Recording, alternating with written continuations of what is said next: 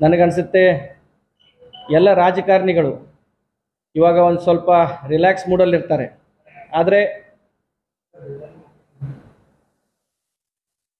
ಆದರೆ ಕೆಲವು ಸಾರಿ ನಮ್ಮ ಸಹನೆ, ಅದಕ್ಕೆ ತಾಳ್ಮೆ, ಆ ತಾಳ್ಮೆ ಮುಗಿದು ಹೋದಾಗ ಕೆಲವು ವಿಷಯಗಳಿಗೆ ಉತ್ತರ ಕೊಡಬೇಕಾಗುತ್ತೆ, ಅನಿವಾರ್ಯ ಪರಿಸ್ಥಿತಿ ನಿರ್ಮಾಣ ಆಗುತ್ತೆ. ಇವತ್ತು ಮಾಧ್ಯಮದ ಮುಂದೆ ಬಂದು ಏನು ರಮೇಶ್ ಜಾರಕಿಹೊಳಿ ಇವತ್ತು ಬೆಳಗ್ಗೆ ಒಂದು ಉದ್ದಟತನದ ಮಾತುಗಳನ್ನು ಆಡಿದ್ದಾರೆ.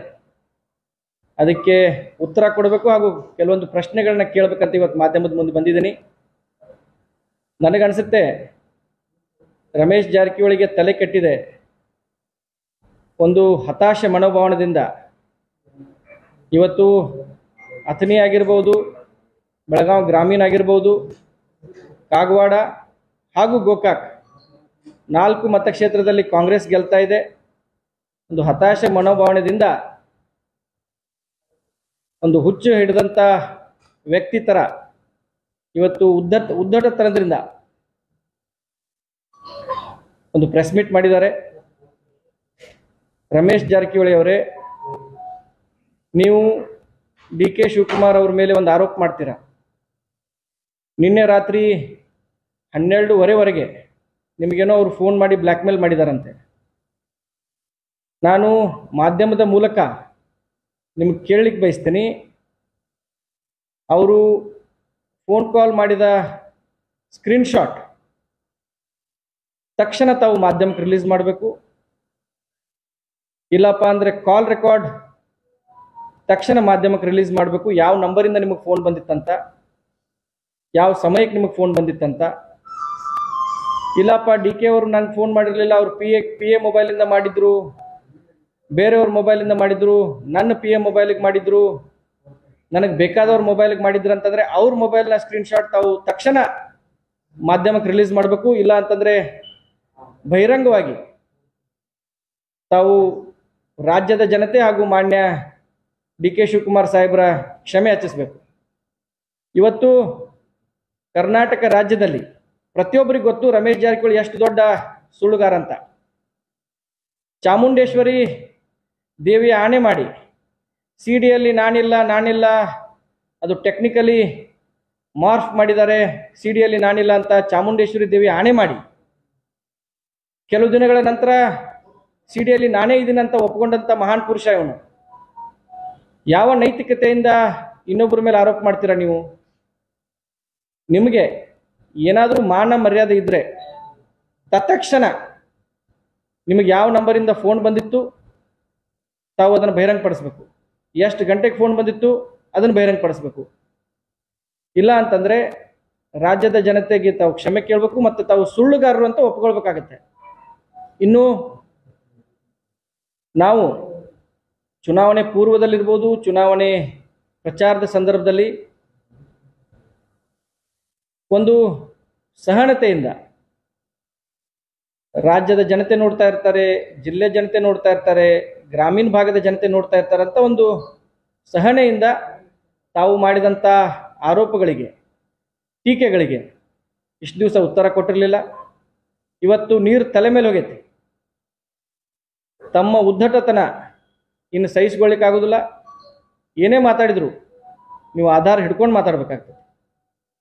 ಇವತ್ತು ತಾವು ಸ್ಪಷ್ಟವಾಗಿ ಯಾವ ನಂಬರಿಂದ ಫೋನ್ ಬಂದಿತ್ತು, ಎಷ್ಟು ಗಂಟೆಗೆ ಫೋನ್ ಬಂದಿತ್ತು, ಆ ಸ್ಕ್ರೀನ್ಶಾಟ್ ತಕ್ಷಣ ತಾವು ಮಾಧ್ಯಮಕ್ಕೆ ರಿಲೀಸ್ ಮಾಡಬೇಕು. ಮಾಧ್ಯಮದ ಎಲ್ಲ ಮಿತ್ರರಿಗೆ ನಾನು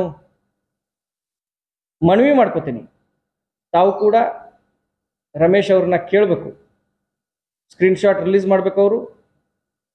ಮತ್ತು ಏನೋ ಅದು ವಾಟ್ಸಪ್ ಆಪ್ರೇಟ್ ಮಾಡಕ್ಕೆ ಬರೋದಿಲ್ಲ ಅಂತ ಮೊನ್ನೆ ಸುಳ್ಳು ಹೇಳಿದ್ರಲ್ಲ ಸಂಕಮ್ನಾಗ ಕುಂತ, ಮತ್ತು ಹಂಗೀಗ ನಾನು ಸ್ಕ್ರೀನ್ಶಾಟ್ ಕಳ್ಸಕ್ಕೆ ಬರೋದಿಲ್ಲ ಅಂತಂದ್ರೆ ತಾವು ಮಾಧ್ಯಮದವರ ಮೊಬೈಲ್ ತೊಗೊಂಡು ಸ್ಕ್ರೀನ್ಶಾಟ್ ತೊಗೊಂಡು ಮಾಧ್ಯಮಕ್ಕೆ ರಿಲೀಸ್ ಮಾಡ್ಬೇಕು. ಇಲ್ಲ ಅಂತಂದ್ರೆ ತಕ್ಷಣ ಕ್ಷಮೆ ಕೇಳಬೇಕು. ಇವತ್ತು ಬೆಳಗಾವಿ ಗ್ರಾಮೀಣದಲ್ಲಿ ಲಕ್ಷ್ಮೀ ಹೆಬ್ಬಾಳ್ಕರ್ ಅವರು ಸ್ಪಷ್ಟವಾಗಿ ಗೆಲ್ತಾ ಇದ್ದಾರೆ, ಕಾಂಗ್ರೆಸ್ ಪಕ್ಷ ಗೆಲ್ತಾ ಇದೆ. ತಾವು ಮಾಡಿದಂಥ ಕುತಂತ್ರಗಳಿಗೆ, ಆರೋಪಗಳಿಗೆ, ಟೀಕೆಗಳಿಗೆ ಇದೇ ಬರುವ ಮೇ 13ನೇ ತಾರೀಕು ಕ್ಷೇತ್ರದ ಜನತೆ ತಮಗೆ ಉತ್ತರ ನೀಡ್ತಾರೆ. ತದನಂತರ ತಾವು ತಕ್ಷಣ ಈ ಉದ್ದಟತನ ಹೇಳಿಕೆಗಳನ್ನ ಕೊಡುವುದನ್ನು ನಿಲ್ಲಿಸಬೇಕು. ಇಲ್ಲ ಅಂತಂದರೆ ಪ್ರತಿಯೊಂದು ಹೇಳಿಕೆಗಳಿಗೆ ಸೂಕ್ತವಾದ ಉತ್ತರವನ್ನು ನಾನು ನೀಡ್ತೇನೆ ಅಂತ ಈ ಸಂದರ್ಭದಲ್ಲಿ ಹೇಳ್ತೀನಿ.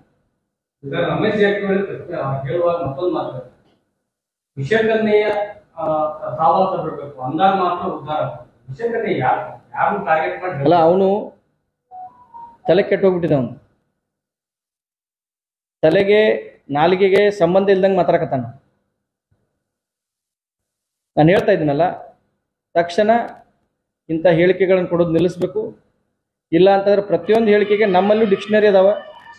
ಆದರೆ ನಾನು ಮುಂಚೆನೂ ಹೇಳಿದ್ದೀನಿ, ನಾವು ಕಲ್ತಂಥವ್ರು, ಡಿಗ್ರಿ ಹೋಲ್ಡರು, ನಮ್ಮಿಂದ ಜನ ಈ ರೀತಿ ಹೇಳಿಕೆಗಳನ್ನು ಅಪೇಕ್ಷೆ ಪಡೋದಿಲ್ಲ. ಸಾರ್ವಜನಿಕ ವಲಯದಲ್ಲಿ, ಅದರಲ್ಲೂ ರಾಜಕಾರಣದಲ್ಲಿ ನಾವು ಸೂಕ್ಷ್ಮತೆಯಿಂದ ಮಾಧ್ಯಮದ ಮುಂದೆ ಮಾತಾಡ್ಬೇಕಾಗತ್ತೆ.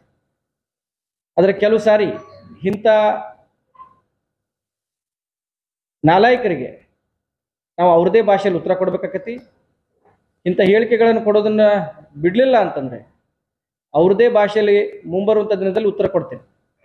ಇನ್ನೊಂದು ಹೇಳ್ತಾರೆ, ಸಿಡಿ ನನ್ನ ಮೇಲೆ ಬಂದಿದೆ, ಇನ್ನೂ ಹಲವಾರು ಸಿಡಿಗಳಿದೆ, ಅದರಲ್ಲಿ ಏನು ಇಲ್ಲಿಯ ಮಹಾನಾಯಕರು ಭಾಗಿಯಾಗಿದ್ದಾರೆ, ಬೆಳಗಾವಿ ಟಾರ್ಗೆಟ್ ಮಾಡ್ಕೊಂಡು ಹೇಳ್ತಾರೆ. ನೋಡಿ, ಕರ್ನಾಟಕ ರಾಜ್ಯದ ಬೆಳಗಾವಿ ಜಿಲ್ಲೆಯ ಮಾನವನ್ನು ಇವರು ಮಂಚದ ಆಟದಲ್ಲಿ ಈಗಾಗಲೇ ನಮ್ಮ ಮಾನವನ್ನು ತೆಗೆದು ಬಿಟ್ಟಿದ್ದಾರೆ. ನಮ್ಮ ಮರ್ಯಾದೆಯನ್ನು ತೆಗೆದಿದ್ದಾರೆ. ಕರ್ನಾಟಕ ರಾಜ್ಯದ ಮರ್ಯಾದೆ, ಬೆಳಗಾವಿ ಜಿಲ್ಲೆ ಮರ್ಯಾದೆ, ಗೋಕಾಕ್ ಮರ್ಯಾದೆ ತೆಗೆದಿದ್ದಾರೆ. ಇವ್ರಿಗೊಂದು ಸ್ವಲ್ಪ ಆದರೂ ನಾಚಿಕೆ, ಮಾನ, ಮರ್ಯಾದೆ ಇದ್ರೆ ಇವ್ರು ಯಾವ ಮರ್ಯಾದೆ ಇಟ್ಕೊಂಡು ಮಾಧ್ಯಮದ ಮುಂದೆ ಬರ್ತಾ ಇದ್ದಾರ್ರಿ? ರಾಜ್ಯದ ಜನತೆ ಮುಂದೆ ತಾವು ಇಷ್ಟೊಂದು ನಿಮ್ದೆಲ್ಲ ಕಾಮಪುರಾಣ ಈ ರೀತಿ ಬಂದಾಗ ಮಾಧ್ಯಮದ ಮುಂದೆ ಆದ್ರೂ ನೀವು ಯಾವ ರೀತಿ, ಯಾವ ಮುಖ ಇಟ್ಕೊಂಡು ಬರ್ತೀರಾ ಅಂತ ಕೇಳಲಿಕ್ಕೆ ಬಯಸ್ತೇನೆ. ನಾನು ಗಟ್ಟಿ ಇದ್ದೆ, ಸಿಡಿ ಪ್ರಕರಣದಿಂದ ಬದುಕಿದೆ, ಆದ್ರೆ ಇನ್ನು 10 ಸಿಡಿ ಬಂದ್ರು ನಾನು ಬದುಕಲ್ಲ. ಆದ್ರೆ ಬೇರೆಯವರು ಸಿಡಿ ಇಟ್ಕೊಂಡು D K Shivakumar black mail ಮಾಡ್ತಾ ಇದ್ರೆ ಅದನ್ನ ನಾನು ತನಿಖೆ ಕೊಡ್ತೀನಿ ಅನ್ನೋದು. ನೋಡಿ, ಈ ಉದ್ದಟತನದ ಹೇಳಿಕೆಗಳನ್ನು ಬಿಡಬೇಕು. ಆಧಾರ ಏನಾದರೂ ಇದ್ರೆ ಮಾತಾಡಬೇಕು. ನಾನು ಈಗಾಗಲೇ ಮುಂಚೆನೇ ಹೇಳಿದ್ದೀನಿ, CBI, ED, IT ಇವೆಲ್ಲ ಅಂಗಸಂಸ್ಥೆಗಳನ್ನು BJP ಅವರು ತಮ್ಮ ಸ್ವಂತ ಕಚೇರಿಗಳನ್ನಾಗಿ ಮಾರ್ಪಾಡು ಮಾಡಿದ್ದಾರೆ. ಇವರು ಹಲವು ಸಾರಿ ಈ ಒಂದು ಬೆದರಿಕೆಗಳನ್ನು ನಾವು CBI ರೇಡ್ ಮಾಡಿಸ್ತೀವಿ, ನಾವು CBI ಕಡೆಯಿಂದ ಅರೆಸ್ಟ್ ಮಾಡಿಸ್ತೀವಿ, ಇವರೆಲ್ಲ ಹೇಳ್ತಾ ಇದ್ದಾರಲ್ಲ. ಇದಕ್ಕೆ ಇದೆ ಈ CBI, ED, IT ಇವೆಲ್ಲ ಕೈಗೊಂಬೆಯಾಗಿ BJP ಅವರ ಕೈಗೊಂಬೆಯಾಗಿ ಕೆಲಸ ಮಾಡ್ತಾ ಇದೀವಿ ಅಂತ ತಾವೆಲ್ಲ ತಿಳ್ಕೊಳ್ಬೇಕು, ಪ್ರಜ್ಞಾವಂತರು. ಅದನ್ನೇ ನಾವು ರಾಜ್ಯದ ಜನತೆಗೆ ಹೇಳಿಕ್ ಬಯಸ್ತಾ ಇದೀವಿ. ಅಲ್ಲ, ಅವ್ರು ಹತಾಶರಾಗಿದ್ದಾರೆ. ಸ್ಪಷ್ಟವಾಗಿ ಗೋಕಾಕ್ನಲ್ಲಿ ಸೋಲ್ತಾ ಇದ್ದಾರೆ ಅವರು. ಗೋಕಾಕ್ ಜನತೆ ಬದಲಾವಣೆ ಬಯಸಿದ್ದಾರೆ. 13ನೇ ತಾರೀಕು ತಮ್ಗೆ ರಿಸಲ್ಟ್ ತಿಳಿತತಿ. ಒಂದು ಹತಾಶೆ ಮನೋಭಾವನೆಯಿಂದ ಅಥಣಿ ಕಾಂಗ್ರೆಸ್, ಗೋಕಾಕ್ ಕಾಂಗ್ರೆಸ್, ಬೆಳಗಾವಿ ಗ್ರಾಮೀಣ ಕಾಂಗ್ರೆಸ್ ಒಂದು ಹತಾಶೆ ಮನೋಭಾವನೆಯಿಂದ ಇವತ್ತು ಅವರು ಮಾಧ್ಯಮಗೋಷ್ಠಿ ಮಾಡಿದ್ದಾರೆ. 13ನೇ ತಾರೀಕು ರಾಜ್ಯದ ಜನತೆ, ಜಿಲ್ಲೆಯ ಜನತೆ ಅವ್ರಿಗೆ ತಕ್ಕ ಉತ್ತರ ಕೊಡ್ತಾರೆ. ಜಿಲ್ಲೆಯಲ್ಲಿ ಎಷ್ಟು ಕ್ಷೇತ್ರಗಳಲ್ಲಿ ಕಾಂಗ್ರೆಸ್ ಗೆಲ್ಲುತ್ತೆ, ಜೊತೆಗೆ ಗ್ರಾಮೀಣ ವಿಧಾನಸಭಾ ಕ್ಷೇತ್ರದ ಲೀಡ್ ಅದೇ ಮುಂದುವರಿಯುತ್ತಾ ಅಥವಾ ಏನಾದರೂ ಚೇಂಜಸ್ ಆಗುತ್ತಾ ಈ ಚುನಾವಣೆಯಲ್ಲಿ?